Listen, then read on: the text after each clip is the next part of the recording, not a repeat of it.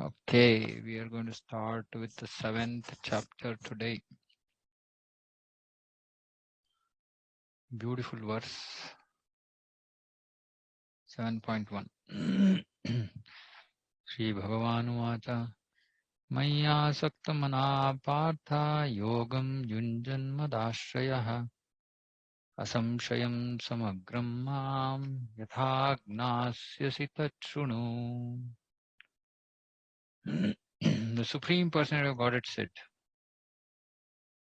now hear, O son of Pratha, how by practicing yoga in full consciousness of me, with mind attached to me, you can know me in full, free from doubt. So yatha gnasyasi tatshunu samagram mam, completely. My asaktamana. So this is very, very important. Mind has to be attached to Krishna. The mind is not fully attached to Krishna, then we cannot know him in full. And we cannot know him in asamshayam, samagram. Without doubt, completely without doubt. And matashrayah.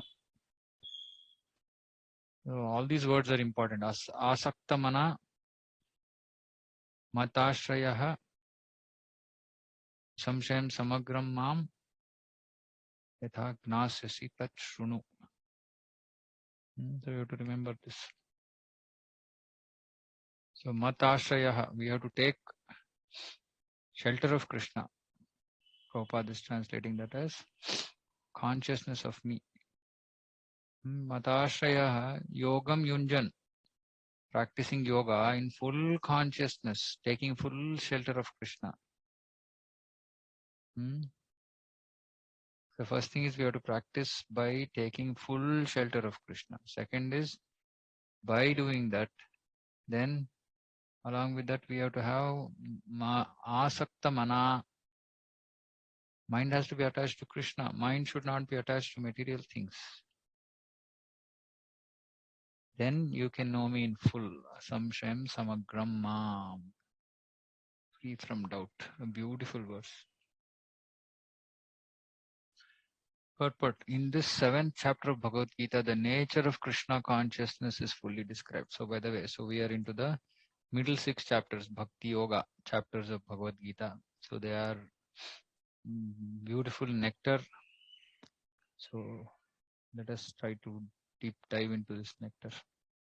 The nature of Krishna consciousness is fully described. Krishna is full in all opulences, and how we emanate such opulences are described herein. How we manifest such opulences is described herein. Also, 4 kinds of fortunate people who become attached to Krishna and 4 kinds of unfortunate people who never take to Krishna are described in this chapter. In the first six chapters of Bhagavad Gita, the living entity has been described as non-material spirit soul, capable of elevating oneself to self-realization by different types of yogas. At the end of the 6th chapter, it has been clearly stated that steady concentration of the mind upon Krishna, or in other words, Krishna consciousness, is the highest form of all yoga. Yoginam api sarvesham madgaten antaratmanam. By concentrating one's mind upon Krishna, one is able to know the absolute truth completely. That is what this verse is saying. One's mind upon Krishna, matashrayah, you can know me in full. But not otherwise. Impersonal Brahmajyoti or localized Paramatma realization is not perfect knowledge of the absolute truth because it is partial. Full and scientific knowledge is Krishna, and everything is revealed to the person in Krishna consciousness. In complete Krishna consciousness, one knows that Krishna is the ultimate knowledge beyond any doubts. Different types of yoga are only stepping stones on the path of Krishna consciousness. One who takes directly to Krishna consciousness automatically knows about Brahmajyotir and Paramatma in full. When he knows them in full, when he knows Krishna in full. By practice of Krishna consciousness yoga, one can know everything in full, namely the absolute truth, the living entities, the material nature, and the manifestations with paraphernalia. So here in this paragraph, Prabhupada is just giving a gist of what has happened so far. So first is that we are non-material spirit. We have to elevate ourselves to self-realization. There are different yogas possible, but the best of them is Bhakti Yoga. So by Bhakti Yoga, one should concentrate one's mind upon Krishna. And then we will know him fully. Then when we know him fully, then everything, the partial realizations of Brahmajyoti and Paramatma automatically realized. But full and scientific knowledge of Krishna is revealed only to one in Bhakti Yoga. By practice of Bhakti Yoga, one can know everything in full. So, concluding that Bhakti Yoga is the path to take. Because by practicing Bhakti Yoga, one can understand Krishna fully. And to understand Krishna fully means Krishna himself, Jivas, Prakriti, and various manifestations, etc. One should therefore begin yoga practice as described in the last chapter of the 6th chapter. So that means one should engage in Bhakti Yoga. Concentration of the mind upon Krishna, the Supreme, is made possible by prescribed devotional service. 9 different forms, of which Shravanam is the first and most important. The Lord therefore says to Arjuna, Tat Shunu, or hear from me. No one can be a greater authority than Krishna, and therefore, by hearing from him, one receives the greatest opportunity to become a perfectly Krishna conscious person. So when we are hearing from Krishna, when we are hearing from his pure devotees, then we get the opportunity to become perfectly Krishna conscious person. One has therefore to learn from Krishna directly or from a pure devotee of Krishna, and not from a non-devotee upstart puffed up with academic education. So here he's saying, okay, one has to practice Bhakti Yoga, and Bhakti Yoga, in practicing Bhakti Yoga, concentration of the mind upon Krishna is made possible. So which means that in all the angas of Bhakti, whatever angas we are engaging in Navavidha Bhakti, mind has to be concentrated on Krishna. And he's saying, out of all those methods, the first and most important is Shravanam. And so we have to hear from whom? From Krishna or from a pure devotee of Krishna. That is why we have to be very, very choosy about whom we hear from. Okay, in the Srimad Bhagavatam, this process of understanding Krishna, which is the Shravana process, is described in the 2nd chapter of the 1st canto. Please read. I just now coincidentally, nothing is coincidental, but I was just reading the 2nd chapter of 1st canto. And it's beautiful. It's just extremely beautiful.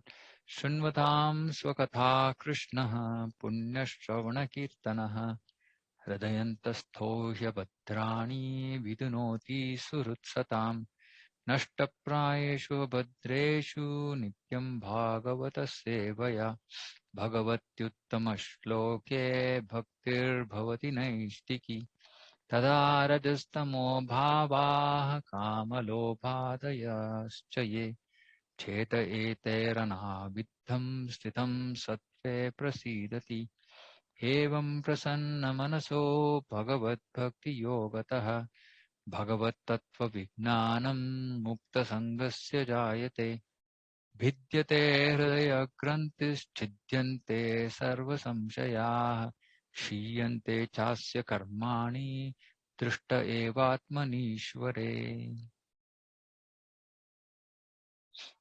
So this Drishta evatmanishvare means that we actually see ourselves,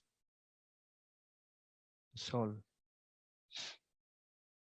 To hear about Krishna from Vedic literatures or to hear from him directly through the Bhagavad Gita is itself righteous activity. Punya karmanam, punya shravana kirtanaha. Shravana kirtanaha is punya. And for one who hears about Krishna, Lord Krishna, who is dwelling in everyone's heart, acts as a best wishing friend and purifies the devotee who constantly engages in hearing of him.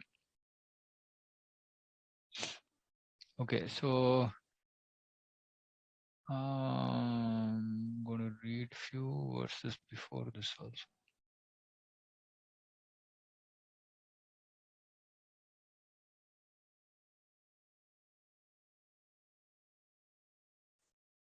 One point, 1.2.1.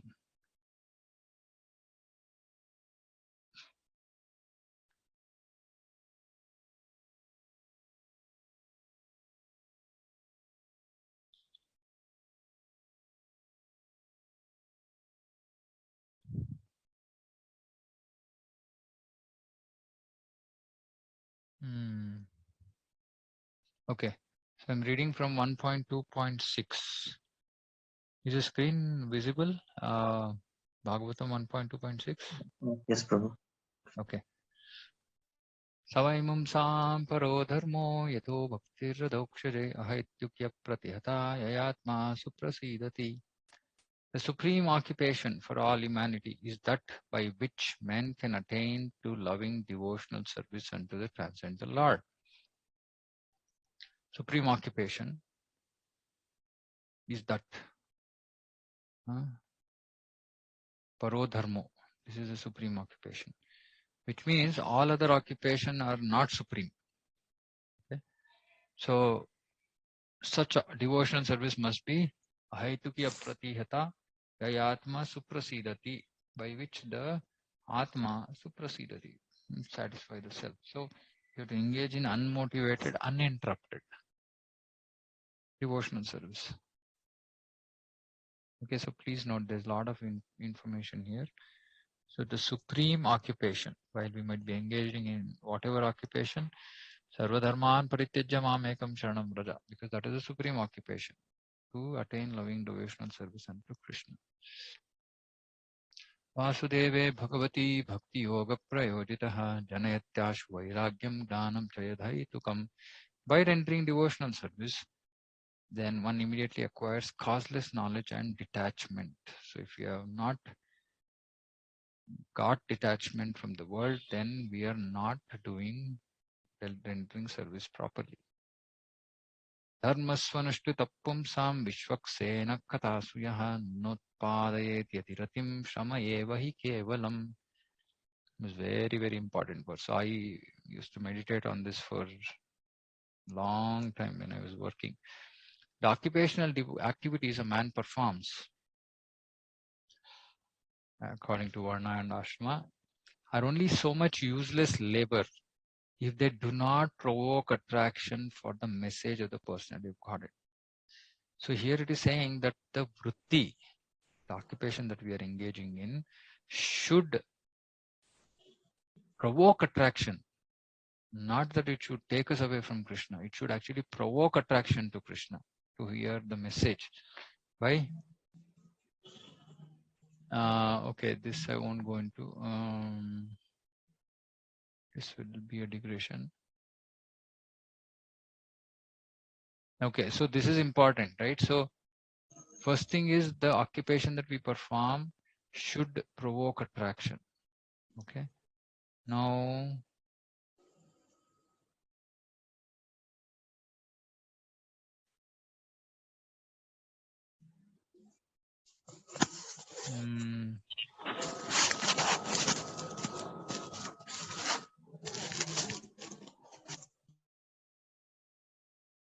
okay. Okay, 1 second.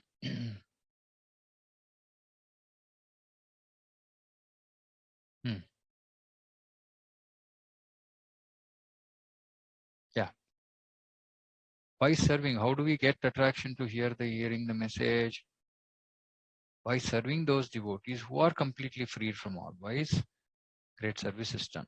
By such service, one gains affinity for hearing the message of Vasudeva. So first thing it is saying is that our occupation should provoke attraction to hearing the message. Even if that is not, we should serve devotees. Then we will gain the affinity for hearing message of Vasudeva. Hmm.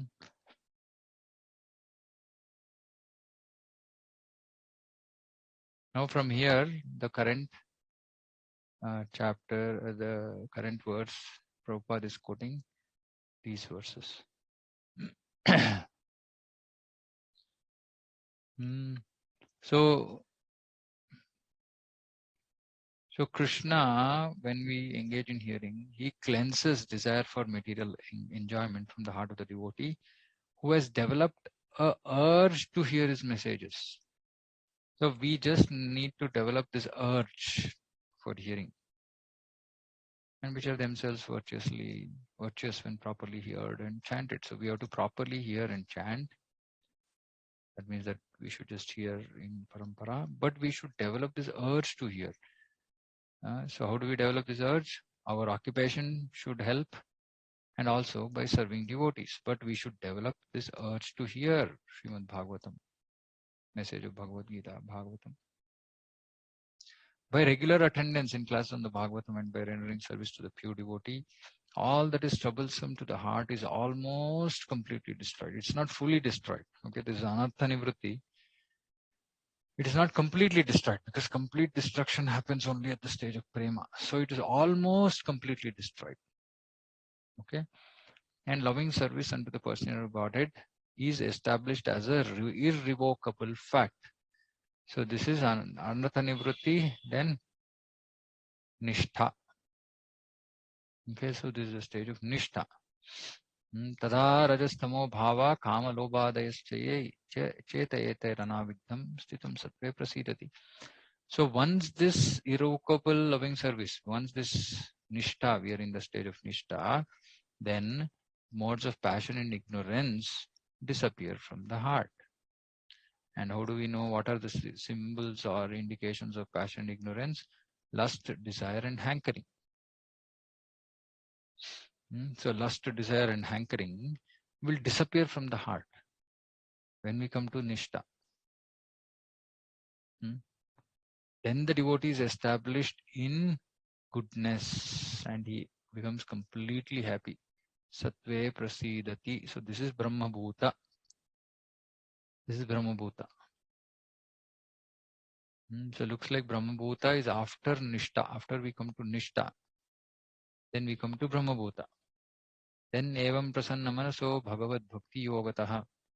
Thus established in this mode of unalloyed goodness. The man whose mind has been enlivened by contact with devotional service to the Lord. Enlivened. Enlivened means actually it becomes alive in devotional service, meaning that it actually is not on the material platform here. Mind has become spiritualized. Then he gains positive scientific knowledge of personality of God. Scientific knowledge means Vijnana. Positive knowledge means Gnana. This is Vijnana, which means that actually he experiences the Supreme Lord. The stage of liberation from all material association. Thus the knot in the heart is pierced and all misgivings are cut to pieces. The chain of fruitive actions is terminated when one sees the self as master. So at this stage, when this is Bhagavad Tattva Vijnana, so actually experience ourselves and the Supreme Lord. Okay, now all this happens simply by this process of hearing. Then Prabhupada is concluding here saying that at once devotee comes to the stage of asamshayam samagram, understanding supreme personality of supreme absolute truth personality of God. Therefore, only by hearing from Krishna or from his devotee in Krishna consciousness, one can understand the signs of Krishna. So we are starting this middle 6 chapters with full focus on Shravanam. Shravanam asakta manasa matashrayah, then asamshayam samagram mam. Okay, so we have to hear. If anything is taking us away from this urge to hear, then that is pratikulyasya varjanam. It is against, it is hindering our devotion. It has to be rejected. Anukulyasya sankalpaha, whatever is helping us to increase this urge to hear has to be encouraged, has to be followed, has to be taken up. Okay, and so this is a very, very practical verse. In all our lives, we have to see if situations are conducive for hearing or not. Everything has to be conducive for hearing Krishna Katha. Any questions anybody has?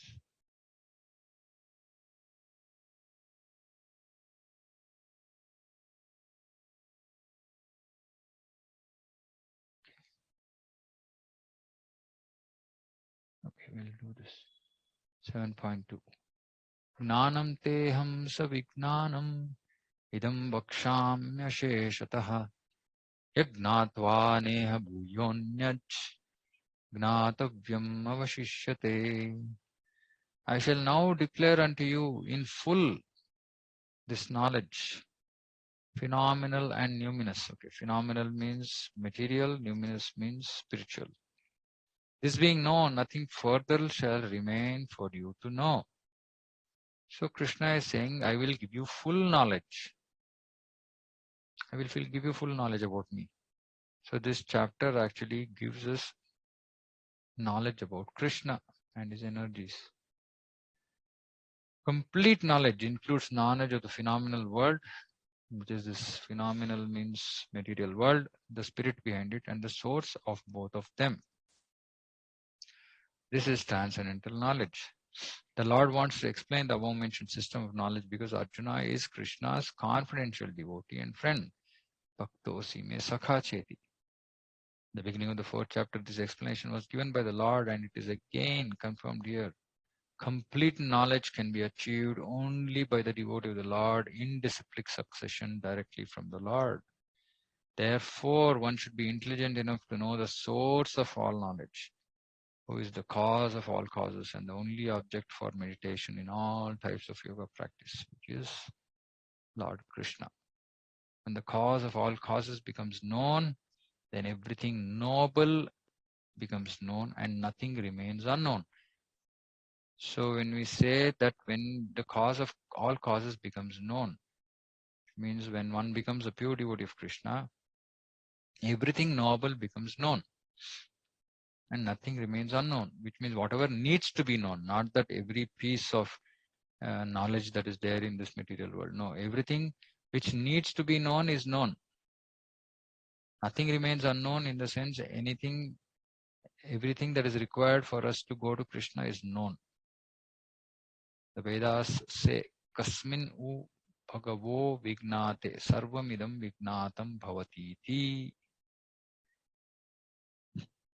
So we get complete knowledge from Krishna, and when we reach that perfect stage, we will know everything that needs to be known. So we can understand that bhakti is actually beyond this material world. It's beyond. Because even the last set of verses that we read from Bhagavatam, actually it will take us to the, spiritual world. It will take us to a complete understanding of Krishna. Beyond just this is now we are in Gnana stage. This is all Gnana. But Krishna consciousness will take us to Vijnana. Okay, so that is the beauty of Bhakti Yoga. Okay, I shall stop here because the next verse will start another discussion. Yeah, so this is a long verse, so this we will do next time. Okay, anybody has any questions?